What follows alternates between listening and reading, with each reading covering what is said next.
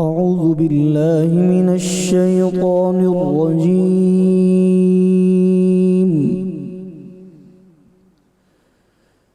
بسم الله الرحمن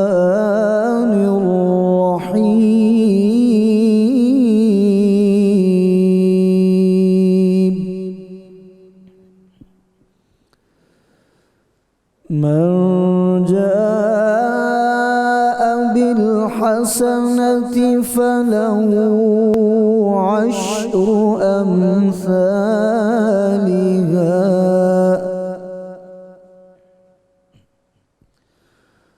ومن جاء بالسيئة فلا يجزى إلا مثلها وهم لا يظلمون.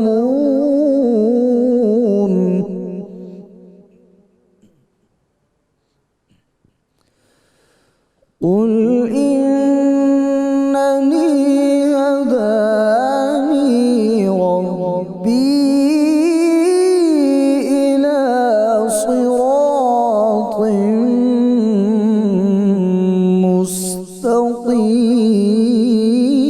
مستقيم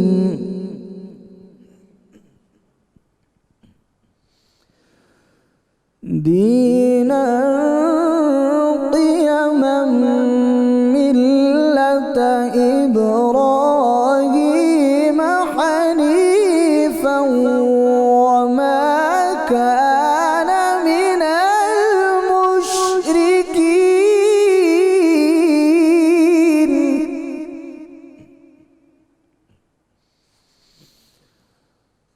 قل إن صلاتي ونسكي ومحياي ومماتي لله رب العالمين.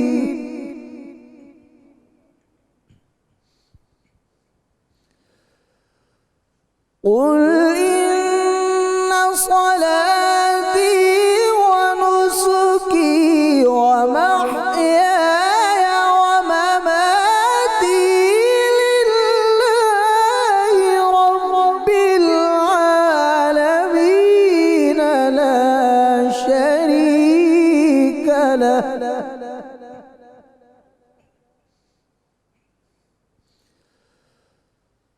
قل إن صلاتي ونسكي ومحياي ومماتي لله رب العالمين لا شريك له. لا شريك له وبذلك أمرت وأنا أول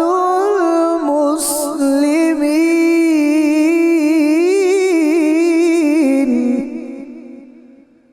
لا شريك له وبذلك أمرت وأنا أول المسلمين.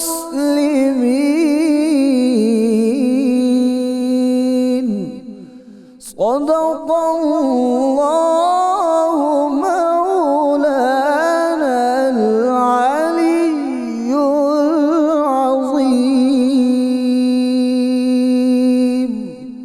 ماشاءاللہ. جزاک اللہ. یہ تھے جی قاری حامد رضا سعیدی صاحب جو کلام پاک کی آیات بینات سے ہماری سماعتوں کو معطر کر رہے تھے. السلام علیکم خواتین و حضرات. میں ڈاکٹر علی وقار قادری اور میرے ساتھ تشریف فرما ہیں ڈاکٹر زینب گوندل۔ ہم 92 نیوز کی رحمت رمضان افطار ٹرانسمیشن کے ساتھ آپ کی خدمت میں حاضر ہیں۔ خواتین و حضرات، آج کا ہمارا موضوع ہے افطاری کے فضائل اور آداب۔ افطاری روزہ کے ساتھ جڑی ہوئی ہے اور روزے کا ذکر قرآن مجید میں 5 کے قریب صورتوں میں 11 سے زائد آیات کے اندر آیا ہے۔ ان 11 آیات میں نفلی روزہ، فرض روزہ، کفارے کا روزہ سب کا ذکر ہے، مگر غور طلب بات یہ ہے کہ 11 مرتبہ یا اس سے زیادہ مرتبہ ایک حکم کا ذکر لانا کتنی اہمیت کا حامل ہے۔ اس سے ہمیں یہ سمجھ آتی ہے کہ روزے کا لازماً کوئی نہ کوئی مقصد ہے۔ وہ مقصد کیا ہے؟ میں آپ کو عرب تاریخ کے ایک بڑے سادہ اور مختصر واقعے کے ذریعے سمجھاتا ہوں کہ روزے کا مقصد کیا ہے۔ عربوں میں ہوا یہ کرتا تھا کہ جنگیں بہت ہوتی تھیں، آپس میں چھوٹی چھوٹی بات پہ کلیش ہوتا تھا اور قبائل آپس میں ٹکرا جاتے تھے، اور پھر وہ جنگ نسل در نسل جاری رہتی تھی۔ وہ یہ جنگیں گھوڑوں پر لڑا کرتے تھے، تلواروں کے ساتھ اور گھوڑوں پر سوار ہو کر جنگیں لڑا کرتے تھے، مگر خواتین و حضرات وہ ہر گھوڑا جنگ کے لیے استعمال نہیں کرتے تھے، بلکہ ان کے ہاں بڑے بڑے گرمیوں کے دن میں استبل بنائے جاتے تھے، بڑے بڑے کھلے میدان ریگزاروں میں، اور وہ وہاں پر اپنے گھوڑوں کو لاتے، خاص گرمیوں کے مہینوں میں لاتے، خاص اوقات تک بھوکا پیاسا رکھ کے وہ گھوڑوں کو ان دائروں میں دوڑاتے، اور اس دوڑ کے دوران وہ گھوڑے کا سٹیمنا چیک کرتے کہ کون سا گھوڑا کتنی ہمت اور کتنی قوت والا ہے اور میدان جنگ میں کہیں ساتھ چھوڑنے والا تو نہیں ہے۔ اس پوری ایکسرسائز سے اور اس پوری مشق سے جو گھوڑا اس معیار پر پورا اترتا، اس گھوڑے پر وہ سٹیمپ کر دیتے۔ بلکہ ڈاکٹر زینب، میں آپ کو یہ بھی بتاتا چلوں کہ ایک دفعہ 2019 کی بات ہے، جب میں یورپ میں گیا تو ایک استبل تھا، اور وہاں میں نے دیکھا کہ کچھ گھوڑے ہیں ان پر کچھ خاص قسم کی سٹیمپ ہوئی ہے۔ تو وہاں میں نے مقامی بندے سے پوچھا تو انہوں نے کہا کہ جن گھوڑوں پر یہ وہ گولف کھیلتے ہیں اور ریس لگاتے ہیں وہ ہر گھوڑا نہیں ہوتا، بلکہ وہ گھوڑے سٹیمپ یافتہ ہوتے ہیں۔ تو لازماً عرب میں وہ جو سٹیمپ لگاتے تھے اس سے سامعین وہ یہ ڈیسائیڈ کر لیتے تھے کہ یہ والا وہ گھوڑا ہے جو میدان جنگ میں ساتھ نہیں چھوڑے گا۔ یعنی اس پوری مشق سے، بھوک سے، پیاس سے، اس دوڑ لگوا کے اور ان سے یہ مشقت کرا کے وہ اس کے اندر سے نکالتے تھے کہ یہ وہ گھوڑے ہیں جو میدان جنگ میں دوڑنے والے ہیں۔ اگر ان میں اتنی عقل تھی تو اللہ رب العزت تو حکیم اور علیم ہے، یقیناً وہ روزے کی بھوک، روزے کی پیاس اور روزے کی مشکلات کے ذریعے ہمیں اس بڑے مقصد کے لیے تیار کرنا چاہتا ہے تاکہ ہم اس کے دین کے مددگار بنیں، اس کے دین کے مبلغ بنیں، چلتا پھرتا ہمارے وجود کے اندر اس کا دین ہو۔ یہ اصل چاہتا ہے اللہ رب العزت۔ اب یہ جو چاہت ہے یہ ہوگا کیسے؟ مثلا روزے کا مقصد سمجھ لیا ہم نے کہ روزے کا مقصد انسان سازی ہے، مگر وہ کیسے ہوگی؟ میں نے انسان سازی کیسے کرنی ہے؟ آپ نے انسان سازی کیسے کرنی ہے؟ ہم سب نے معاشرے میں انسان سازی کیسے کرنی ہے؟ ایک تو سادہ طریقہ ہے کہ میں تبلیغ کرتا رہوں، میں لوگوں کو کہتا رہوں، ہم سب کہتے رہیں اور ہم سب کہتے ہیں، مگر اس سے اثرات کم ہوتے ہیں۔ خواتین و حضرات، جو چیز آپ اپنے کلچر اور اپنی تہذیب اور اپنی تہذیبی روایت کا حصہ بنا دیں وہ جلدی مؤثر ہوتی ہے۔ اس کے لیے ہمیں یہ چاہیے کہ روزے کے کلچر کو، تقوی و طہارت کے کلچر کو اپنے ماحول کا حصہ بنائیں۔ اور رسول اللہ صلی اللہ علیہ وآلہ وسلم نے جس طریقے سے روزے کی ترغیب فرمائی، یوں لگتا ہے کہ آپ روزے کا کلچر ڈیولپ فرما رہے تھے۔ آپ دیکھیں سحری کے حوالے سے حضور نے کیا فرمایا؟ حضور فرماتے ہیں کہ سحری کھایا کرو، صحیح بخاری کے اندر، سحری میں برکت ہے۔ پھر آپ فرماتے ہیں کہ سحری ترک مت کرو، بے شک ایک گھونٹ ہی کیوں نہ ہو۔ پھر آپ فرماتے ہیں کہ جو سحری کرتا ہے اس کے لیے ملائکہ اس پر درود پڑھتے ہیں، اور مسند احمد کی حدیث کہ ملائکہ اس کی مغفرت کے لیے دعا کرتے ہیں۔ آپ ذرا دیکھیے یہ ساری چیزیں جو ترغیبات ہیں یہ کس لیے ہیں؟ تاکہ ہم اٹھیں، گھر کے سب اٹھیں گے، خواتین کھانا بنائیں گے، مرد بیٹھیں گے، ساتھ بچے ہوں گے، ایک ماحول ہوگا، اور سب کے ذہن میں کیا ہے؟ اللہ کے لیے اٹھے ہوئے ہیں اور اللہ کے لیے روزہ رکھنے جا رہے ہیں اور اس کی ساری کر رہے ہیں۔ یہ آپ دیکھیے کیسا ایک کلچر اس کو بنا دیا۔ افطار کے لیے بالکل اسی طرح آپ نے فرمایا۔ افطار کے لیے آپ فرماتے ہیں کہ لوگوں، جس شخص نے کسی بھی دوسرے انسان کو افطار کروایا، اب یہ بڑی غور طلب بات، یعنی ترغیب دی جا رہی ہے کہ خود تو کرنا ہی ہے، دوسرے کو جو کروائے گا اس کے لیے مغفرت ہے۔ جبرائیل علیہ السلام اس کے لیے دعائے مغفرت کرتے ہیں معجم الکبیر کے اندر، اور فرمایا ملائکہ اس کے لیے دعائے مغفرت کرتے ہیں، اس کے لیے جہنم کی آگ کی آزادی ہے، اس کے لیے اللہ تعالیٰ اس کے پچھلے سارے گناہ معاف فرما دیتا ہے۔ آپ ترغیبات کو تو ذرا دیکھیے، اور نتیجہ نکالیے. یہ نتیجہ اس لیے تھا کہ جب ہم دوسرے کو بلائیں گے, اپنے پاس بٹھائیں گے, تو اس سے ایک روایت بنے گی, اس سے ایک کلچر بنے گا. اور روزہ جب ہماری شخصیت کا حصہ بن جائے گا تو پھر سب سے بڑی چیز جو روزہ ہماری شخصیت میں ڈالے گا وہ ایثار ہوگا, وہ قربانی ہوگی, وہ دوسرے کے لیے اپنے حق کو کچھ نہ کچھ چھوڑنا ہوگا. اب یہاں پر میں اپنی ابتدائیے کو ختم کرتے ہوئے آپ کو صرف ایک بات سناؤں کہ ہمارے ہاں ایسی ہستیاں بھی گزری ہیں ہماری تاریخ کے, وہ روشن ستارے, کہ جن کے اندر جو سر سے پیر تک روزے دار تو تھے ہی صحیح, سر سے پیر تک ایثار کا مجموعہ تھے. قرآن مجید کے اندر یہ واقعہ آتا ہے کہ امامین کریمین حضرت امام حسن اور امام حسین بیمار ہوتے ہیں, اور جناب سیدہ اور مولا علی اور حضرت فضا نظر مانگتی ہیں کہ اگر اللہ نے ان کو شفا دی تو ہم روزے رکھیں گے. 3 روزوں کی خواتین و حضرات نظر ہوتی ہے. اب افطار کا وقت آتا ہے تو مولا علی کچھ کھجوریں اور پانی سامنے رکھا ہوا ہے اور جو کی روٹی ہے. دروازے پر دستک ہوتی ہے تو مسکین آتا ہے, پوچھا جاتا ہے کون, کہا جاتا ہے مسکین. حضرت مولا علی اٹھتے ہیں اپنی کھانے کی جو چیز ہے لے کر, جناب سید اپنا لے کر آتی ہیں, امام حسن اور حسین اپنی افطار کی چیزیں لے کر آتے ہیں, اور حضرت فضا اپنا لاتی ہیں اور وہ مسکین کو دے دیتی, اور خود پانی سے روزہ افطار کر کے یہ لوگ سراپا ایثار شکر کا کلمہ پڑھتے ہیں, اور اگلا دن گزرتا ہے. دوسرے دن کا روزہ ہوتا ہے اور یتیم آ جاتا ہے افطار کے وقت, وہ سب کچھ یتیم کو دے دیا جاتا ہے. اور تیسرے دن کا روزہ ہوتا ہے تو پھر اسیر قیدی آ جاتا ہے, سب کچھ اسیر کو دے دیا جاتا ہے. خواتین و حضرات, یہ بھی ہو سکتا تھا کہ ایک یتیم تھا, ایک اسیر تھا اور ایک مسکین تھا, تو ایک بندہ اپنے کھانے دیتا, اپنا کھانا دیتا, نہیں, پانچوں نے دیا. یہ اہل بیت اطہار کا وہ پیغام ہے جو روزے سے بھی ملتا ہے اور ان کے ایثار سے بھی ملتا ہے. جی زینب آپ. سحری حضور صلی اللہ علیہ وسلم کی ایک سنت ہے, اور ایک مسلمان کے لیے اس کے نبی کے عمل اور احکام سے بڑھ کر کچھ بھی نہیں ہو سکتا. یہود و نصارہ اور مسلمان کے روزے میں صرف ایک چیز کا فرق ہے, اور وہ سحری ہے.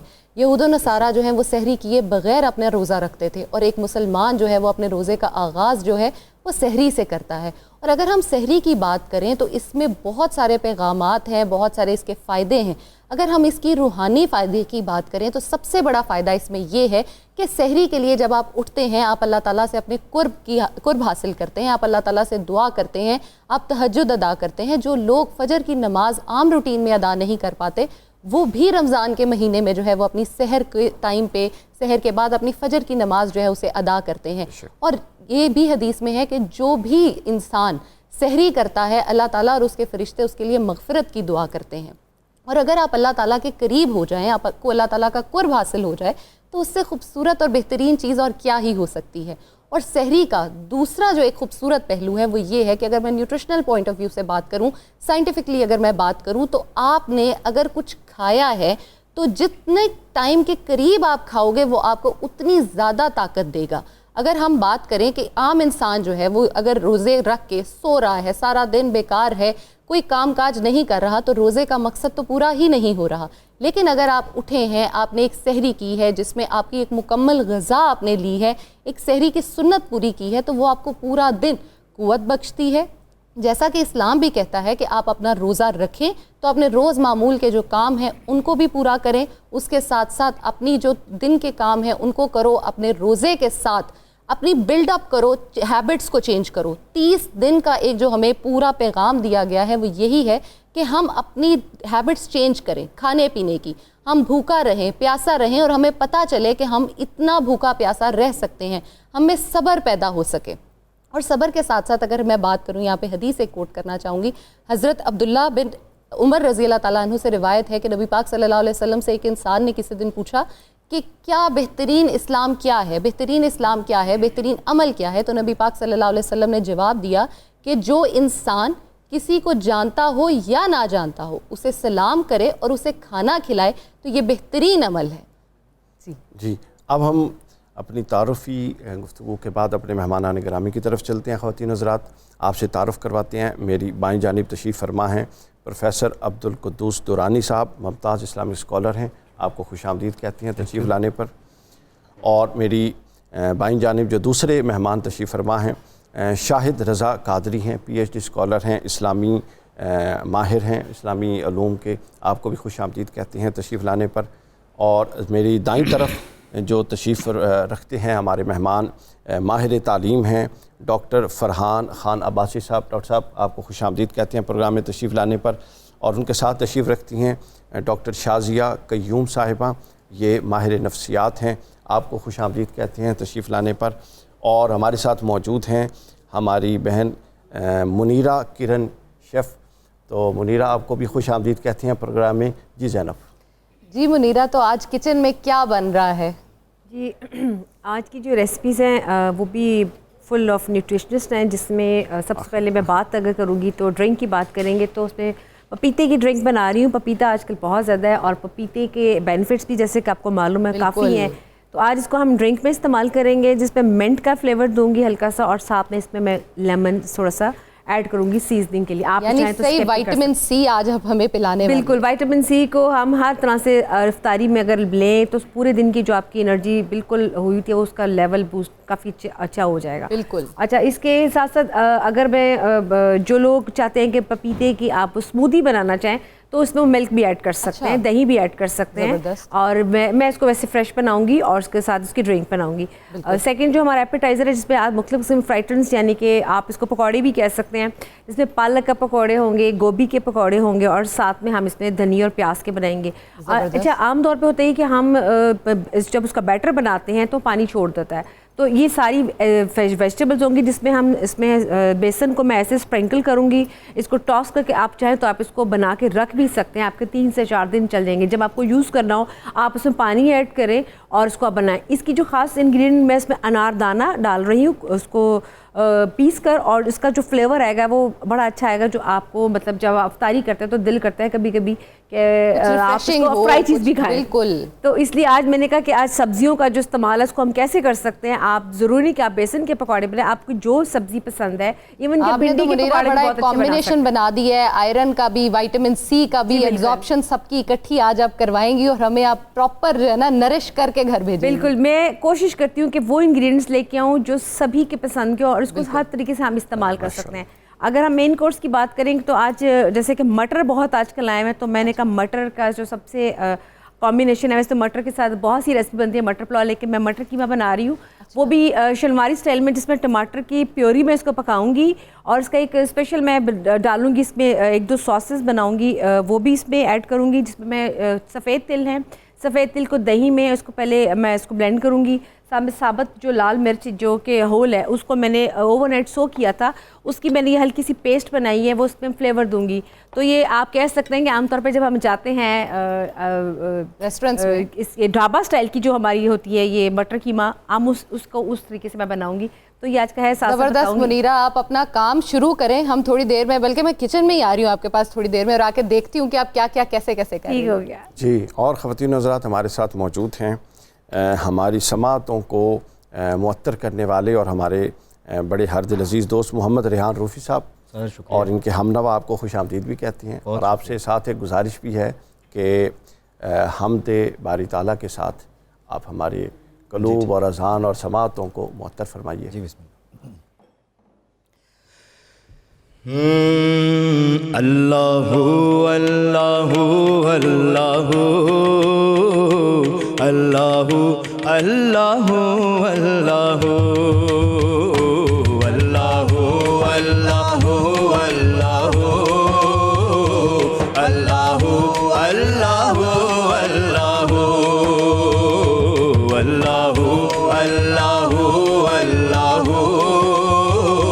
اللہ اللہ اللہ